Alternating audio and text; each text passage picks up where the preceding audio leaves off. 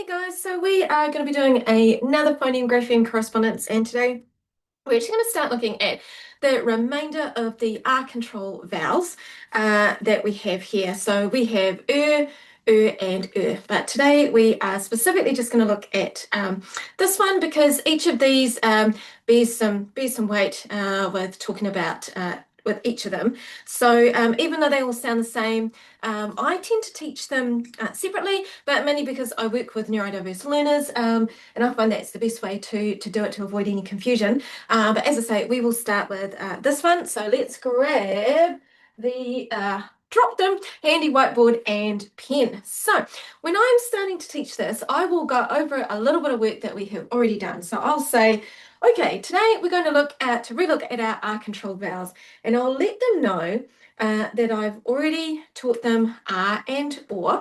We looked at those previously, and today we are going to be looking at the remainder of R control vowels, and then I will specifically let them know that we are going to be looking at the ER. And just a reminder, some people like to teach these as bossy R, some teach them as R control. I personally like R control. I've never used bossy R, and it's where the R sits behind each of the vowels and it changes the sound.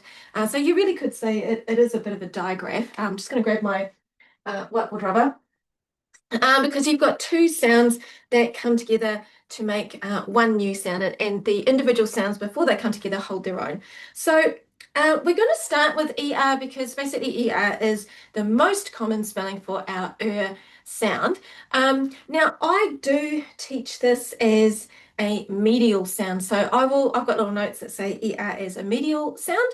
It's really only found on the end of her as just ER like this. The rest of the time it's generally found in the middle. And when we're talking about the medial sound of this is the most common spelling. So if all else fails, because of the fact that the sounds are homophone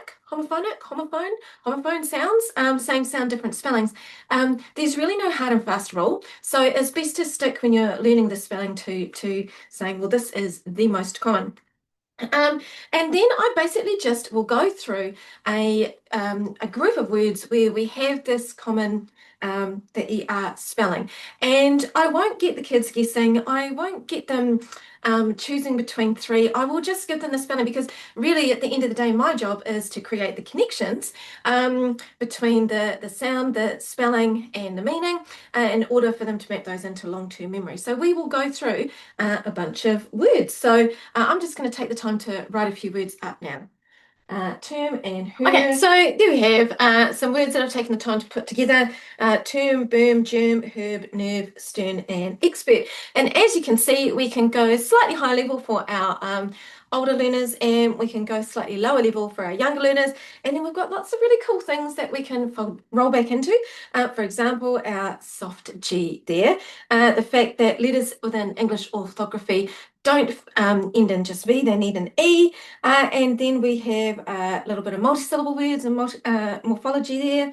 And of course, we can bring in a word like heard and do a little bit of work with homophones.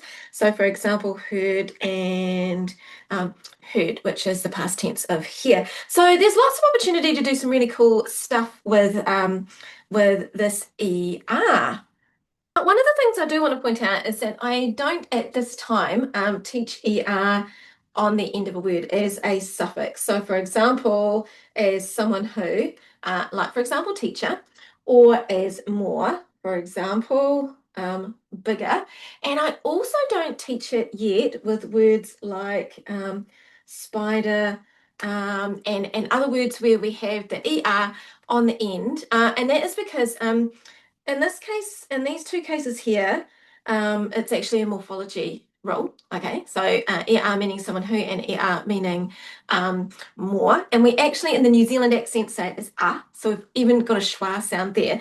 And same with words like spider, because in New Zealand we don't go spider. Okay, we say spider. And so therefore, I won't teach it just yet as a schwa sound.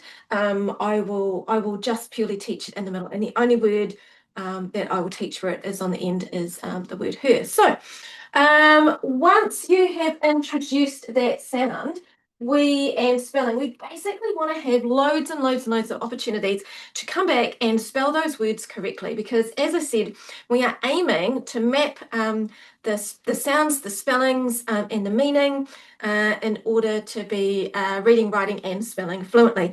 I do have a Yeet pack, Yeet. Triple and it's got a range of words in here that you can use to add meaning, use as flashcards, but also use as a little bit of reading and spelling practice as well. So this will aid with the repetition. So yeah, that is our first look at our control. Let me know what you think. Did I miss anything? Yeah, I'm a literacy tutor and I work with diverse students. I also work with neurotypical students who just need a boost. And yeah, I absolutely love what I do.